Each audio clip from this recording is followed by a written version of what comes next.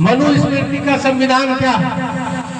मनुस्मृति में ऊपर ब्राह्मण है, बीच में क्षत्रिय है, नीचे वैश्य है, उसके नीचे शूद्र है, उसके नीचे दलित है। ये मनुस्मृति का संविधान कहता है साथी।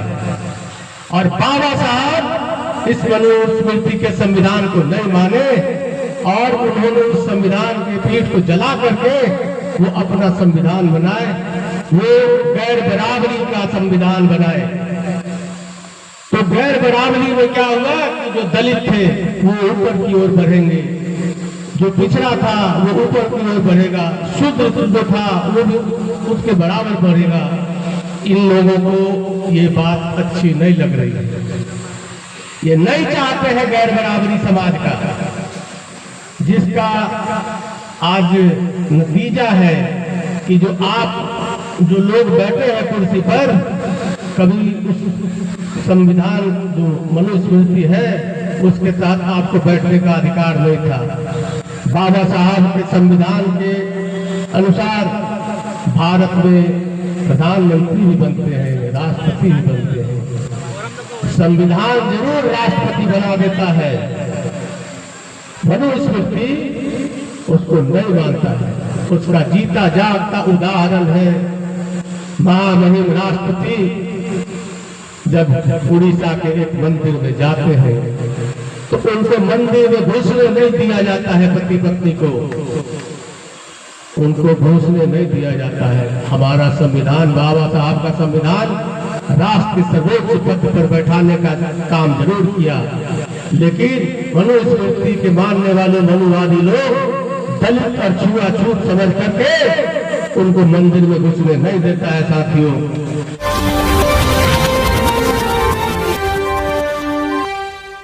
10 साल में जो भारत में भारतीय जनता पार्टी की जो सरकार है, इस चिलचिलाती धूप में आप लोग जो आए हैं, उससे लगता है कि आप लोग भी इसके उड़ चुके हैं। इनके झूठे वादों से ये संविधान को जो खत्म करना चाहते हैं, लगता है कि आप लोग भी इनके चालाकियों को समझ गए हैं और इस कारण से इस चिलचिलाती धूप में हम लोगों का बात सुन रहे हैं। साथियों, आज एक चीज समझ लीजिए, आज आदरणीय नेता, जन जन के नेता लालू प्रसाद यादव जी, तेजस्वी यादव जी का ये पैगाम था, वही मैं लेकर के आया हूँ। उनका ये पैगाम है कि कुछ मीडिया घराने के लोग हमारे नेता की बात आप लोगों के बीच में पहुंचने नहीं देने का काम कर रहा है। साथियों, तो आदरणीय नेता तेजस्वी यादव जी ने कहा कि एक गोष्ठी बुलाइए, एक परिचर्चा बुलानी चाहिए, जो हमारे संविधान, बाबा साहब के संविधान से जो देश चल रहा है उसको मिटाने का काम ये लोग करना चाह रहे हैं। आप लोग जाएं और लोगों को बताएं। आज जो हमारे नई पीढ़ी के बच्चे हैं जो बाबा साहब को नहीं जानते होंगे, बाबा साहब का जो बनाया हुआ संविधान है उसके बारे में नहीं जानते होंगे, आज जब मौका मिलेगा तो ये मैदान लोग कब इतिहास का कुछ पन्ना निकालते इतना निकाल देंगे कि बाबा साहब का भी नाम ये लोग मिटा देंगे। मैं आपको ये समझाने आया हूं कि मनुस्मृति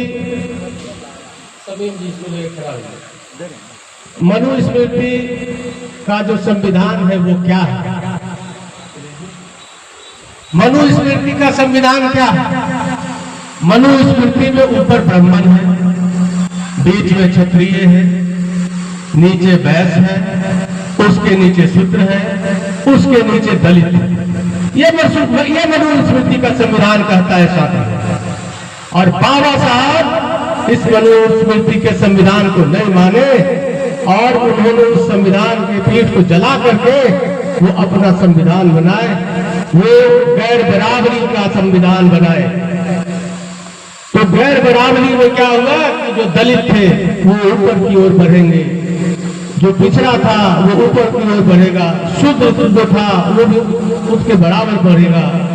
इन लोगों को ये बात अच्छी नहीं लग रही है, ये नहीं चाहते हैं गैर बराबरी समाज का, जिसका आज नतीजा है कि जो लोग बैठे हैं कुर्सी पर, कभी उस संविधान जो मनुस्मृति है उसके साथ आपको बैठने का अधिकार नहीं था।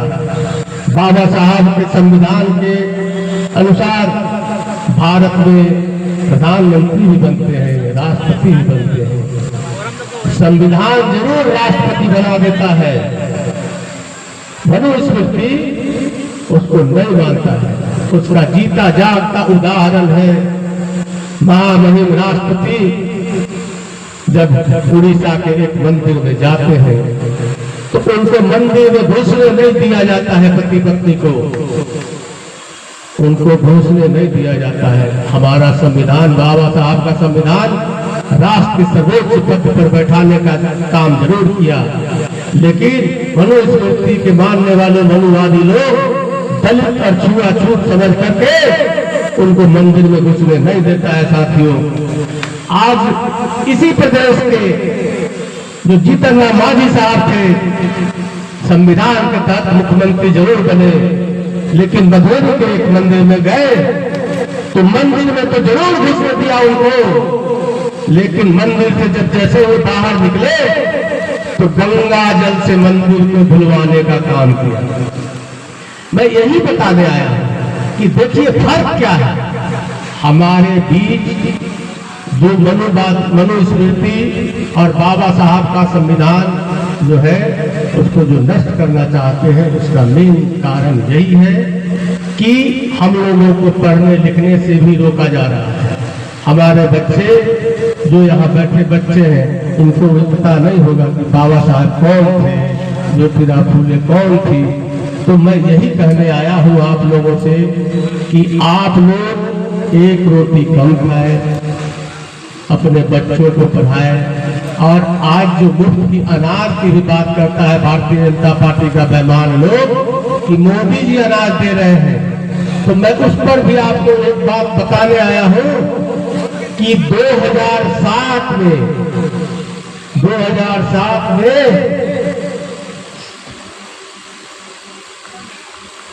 अर्जुन सेन उस समय के प्रधानमंत्री थे, महान अर्थशास्त्री श्री मनमोहन सिंह जी। उस समय अर्जुन सेन गुप्ता जी की एक रिपोर्ट आई थी 2007 में कि 82 करोड़ लोग गरीबी रेखा से नीचे हैं। उसी समय उसी मंत्रिमंडल में हमारे आदरणीय राष्ट्रीय अध्यक्ष लालू प्रसाद यादव जी भी थे। उन्होंने कहा कि गरीबों के बीच में जो एफसीआई के गोडाउन में अनाज जो सड़ रहे हैं बंटवाने का काम करें, ताकि वो जब उनका पेट भरेगा तो अपने बच्चों को पढ़ाने और अपने काम धंधों में मन लगाएंगे। उस समय अनाज का जब वितरण होने लगा तो 10 किलो गेहूं और 15 किलो चावल मिलता था। उस समय 3 तरह की कार्ड बनता था दोस्तों, लाल कार्ड, पीला कार्ड और उजला कार्ड। तो अंत्योदय योजना जो चला, जो तब गरीबी से रेखा से भी नीचे थे, उनको मैं उस समय मुफ्त में अनाज की व्यवस्था की। आज ये भोग के लालची लोग इस प्रचार में लग गए हैं कि अनाज मोदी जी दे रहे हैं।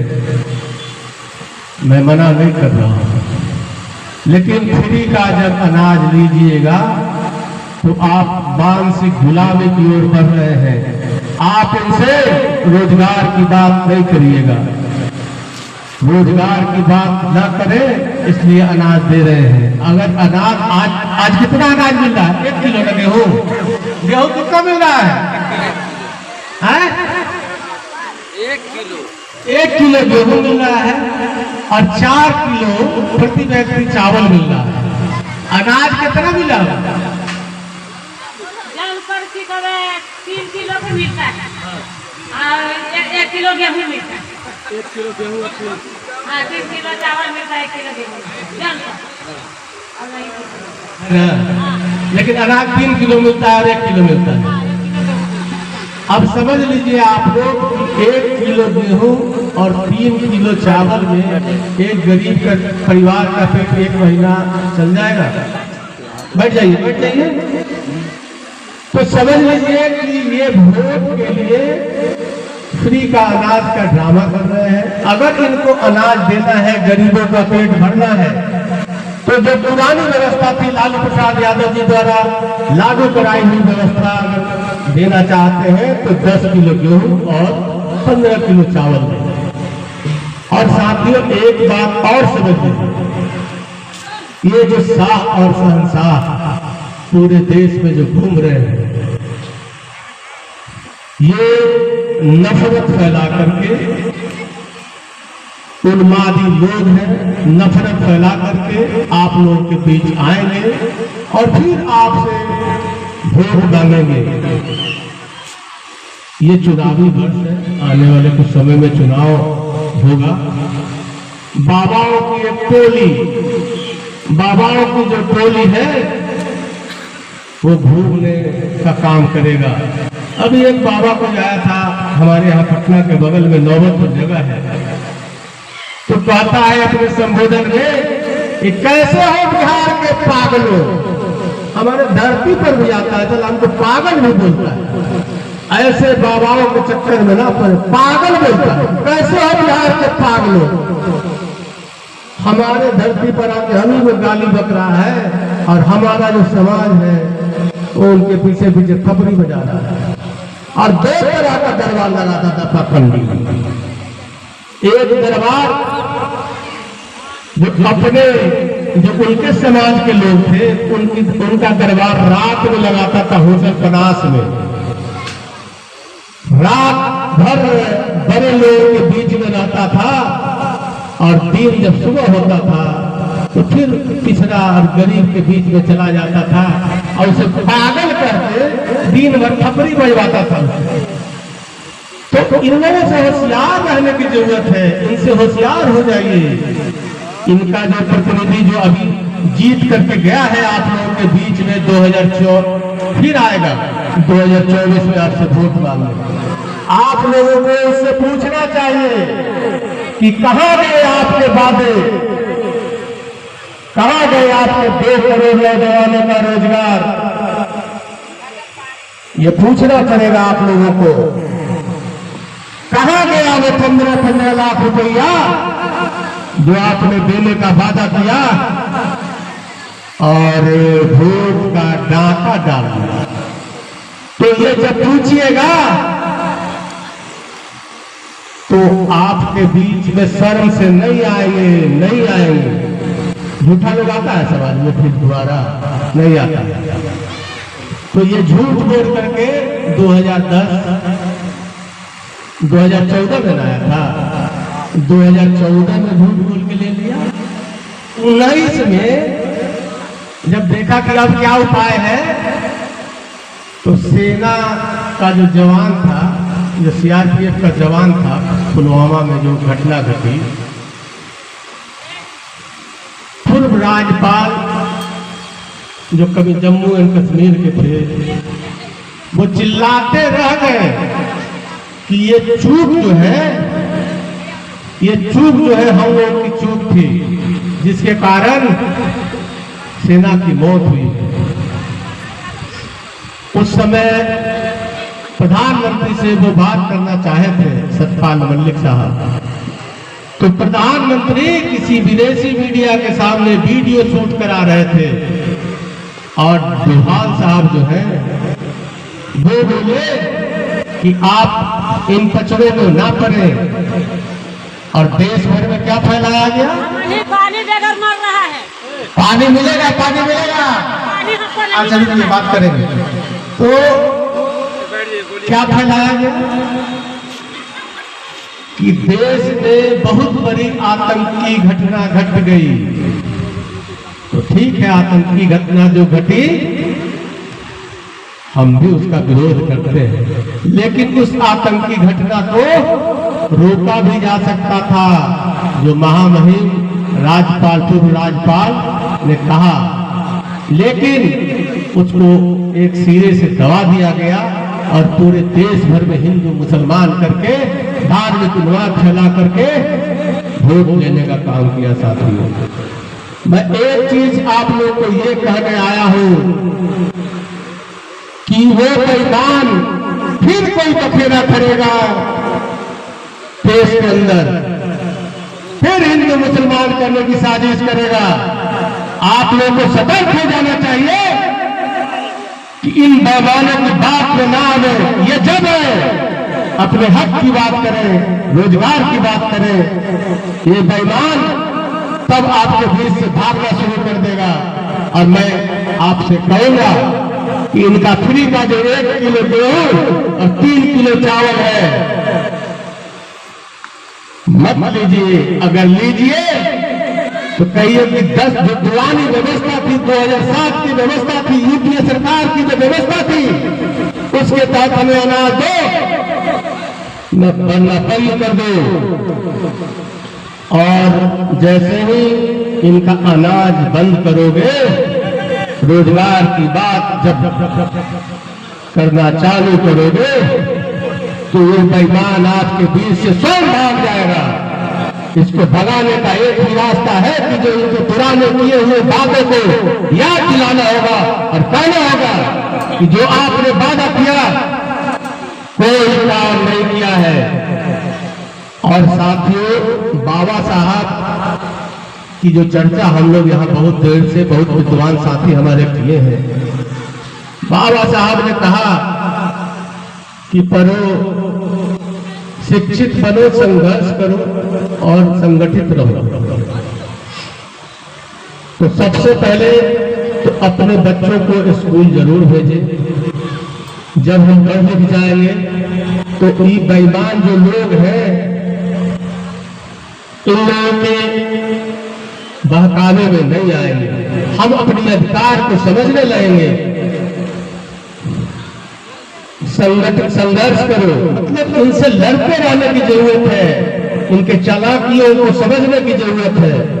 इकट्ठे रहो, इकट्ठा होकर के रहने की जरूरत है।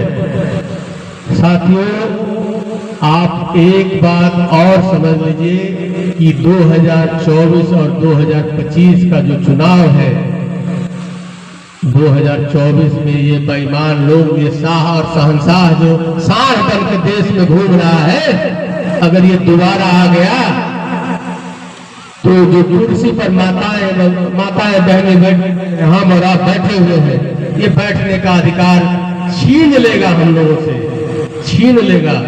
इसलिए आप लोग हमेशा याद रखें कि इनके किसी चालाकी और किसी होशियारी में ना पड़े। बाबा साहब के संविधान ने एक अधिकार हम लोगों को और दिया था, वो है वोट का अधिकार। उस वोट के माध्यम से इन बेईमानों को देश की सत्ता से दूर भगाने का भी अधिकार हमको मिला है। हमको ये अधिकार मिला है कि जो सरकार अच्छा काम नहीं करेगा, जो जनता की चिंता नहीं करेगा, जो जनता के साथ झूठ बोलेगा, जो जनता को ठगने का प्रयास करेगा, उस बाबा साहब के दिए हुए अधिकार से हम लोग उनको वंचित कर सकते हैं, दूर भगा सकते हैं। और मैं यहाँ तमाम जो बैठे हुए साथी हैं उनसे भी एक निवेदन करेंगे कि जो हमारे समाज में दबे कुचले पिछड़े दलित मुसलमान जो भाई है, सब आपसी भाईचारा एक साथ मिल करके रहने का प्रयास करें। और लड़ाई जो अभी 2024 और 2025 की जो लड़ाई है, इस संगठित रहने की लड़ाई है, इकट्ठा होकर के लड़ने की लड़ाई है। अगर उनके बहकावे में किसी तरह गुमराह के राह पे चल दिए तो ये देश बचेगा नहीं। आप देख रहे होंगे कि जब आदरणीय लालू प्रसाद यादव आप लोगों का मान सम्मान बढ़ाने के लिए लड़ाई लड़ने लगे। आदरणीय कर्पूरी जी के बनाए हुए अधूरे रास्ते को पूरा करने का काम करने लगे। तो इन बेईमानों का देख लीजिए लालू प्रसाद जी का क्या हाल किया। जो केस बंद हो गया था उसको 2014 में पुनः खुलवाने का काम किया और डराने का काम कर रहा है। लेकिन लालू प्रसाद का वो नाम, माननीय मुख्यमंत्री तेजस्वी यादव जी ने कहा कि मैं फांसी पर चल जाऊंगा, लेकिन आदरणीय कर्पूरी जी, आदरणीय लालू जी का जो सपना था उस पर मैं चलूंगा और आप लोगों के लिए हमेशा समर्पित रहेंगे। ये वादा किए हैं, ये कहने के लिए भेजे हैं कि आप लोग का मान सम्मान कभी नहीं झुकने देंगे।